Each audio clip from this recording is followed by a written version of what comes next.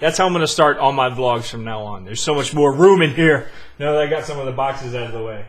Although, to be honest, I just kind of shoved them into the other closet that's in here. So, you know, don't tell my wife.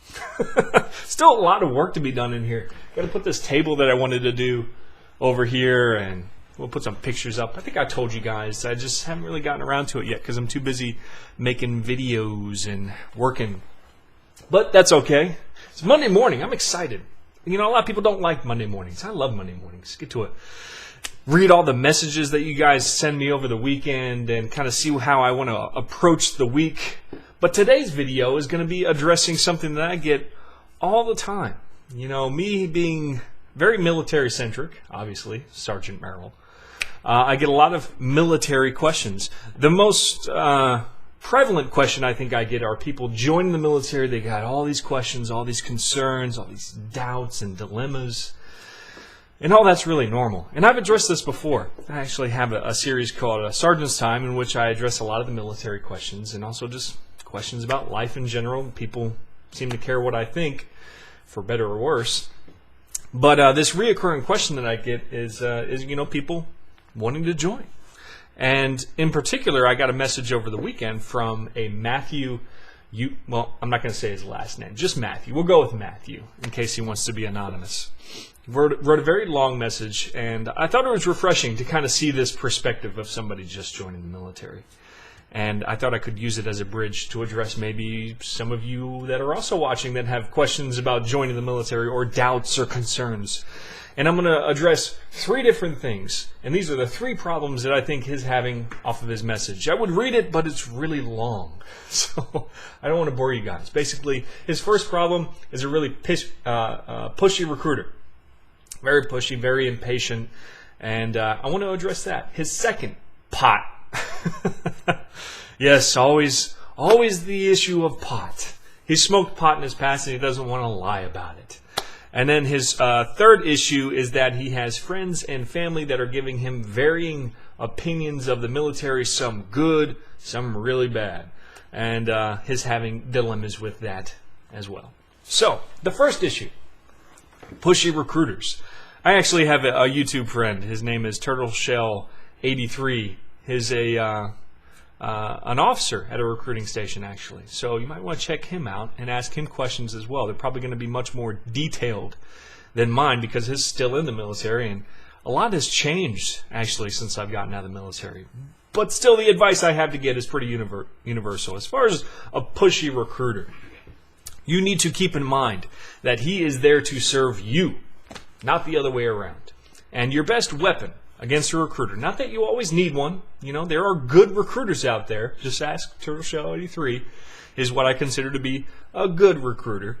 Your best weapon against a pushy recruiter is knowledge. Just know the military, know what you're talking about, and know what you're going for. The slogan when I joined the military was, there are 212 ways to be a soldier.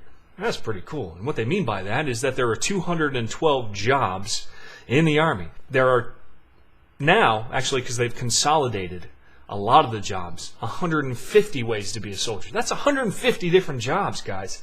So when you go into the recruiting station, you should have already looked through those jobs, which are all on the website, goarmy.com/careers-and-jobs.html. There you go. Boom. I'll put the link down in the description. Check it out, and you can just browse to your heart's desire on every way there is to be a soldier. You want to know how I was a soldier? I was a 46 Quebec public affairs specialist. I dealt a lot with the media and helped shape the face of the Army. I thought it was a really cool job, and I still learned and still use a lot of the skills that I acquired in that job.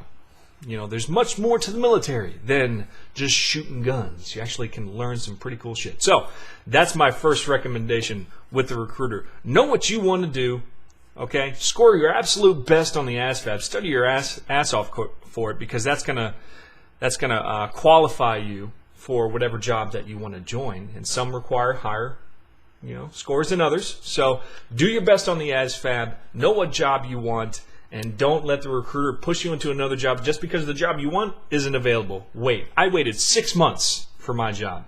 I went to that recruiter's office, scored freaking awesome on the ASFAB.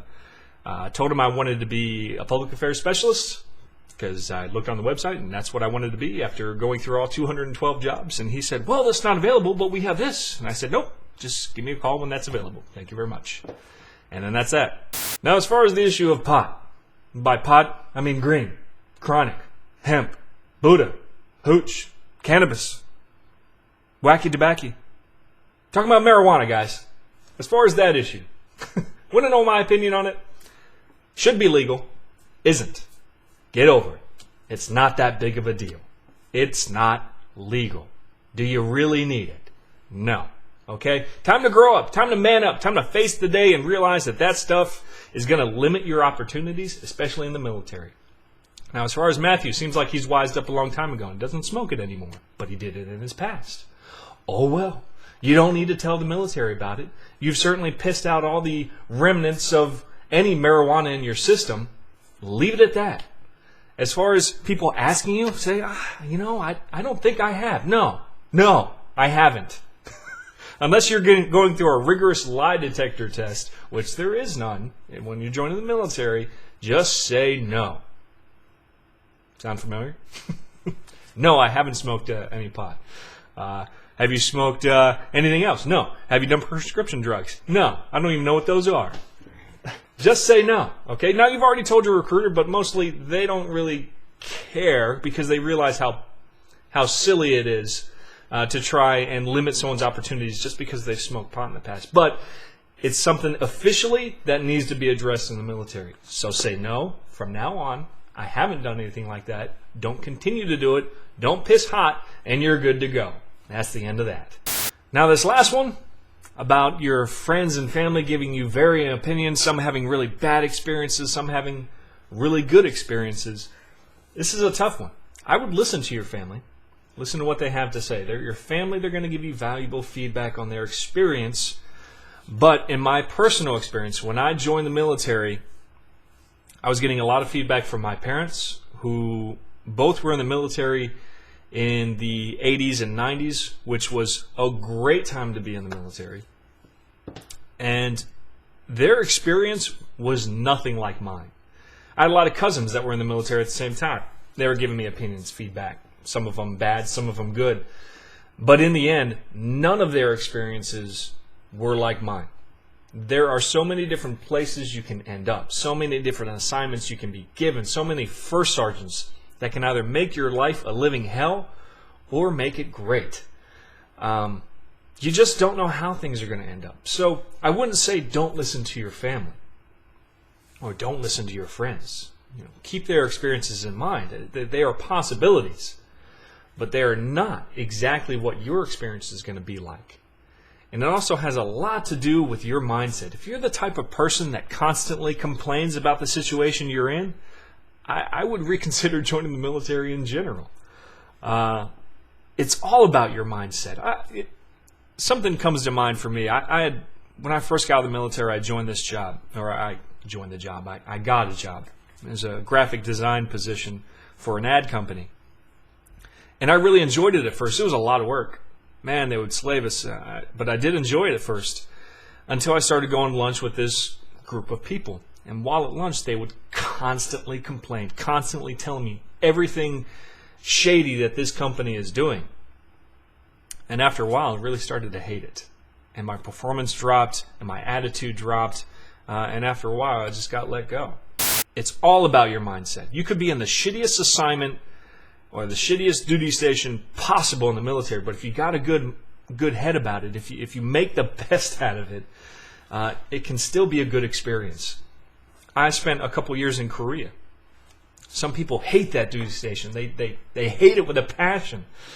But I was single. I didn't have any wife or kids, and I made the best out of it. And you know what? One day I want to go back. I want to go back and visit the country that was my first experience in the military and just kind of re-experience it from a civilian standpoint. I gained so much respect for the country, learned so many new things, and it turned out to be a really great experience for me, whereas with other people, it was like a living hell for them. So listen to your family, but realize it's all about your attitude and the luck of the draw. But that's all I have for this video. I really hope this helps out a lot of different people. You know, this was specific toward Matthew's questions, but definitely send me your own questions. Send me your own feedback on this sort of thing, your own situation. Maybe another while before I do a sergeant's time, but I'll try and address it, even if it's in a generic standpoint, so I can kind of make it something that most people can relate to. But that's all I have for this video, guys. Really hope this helped you in some way. This is Sergeant Merrill out here.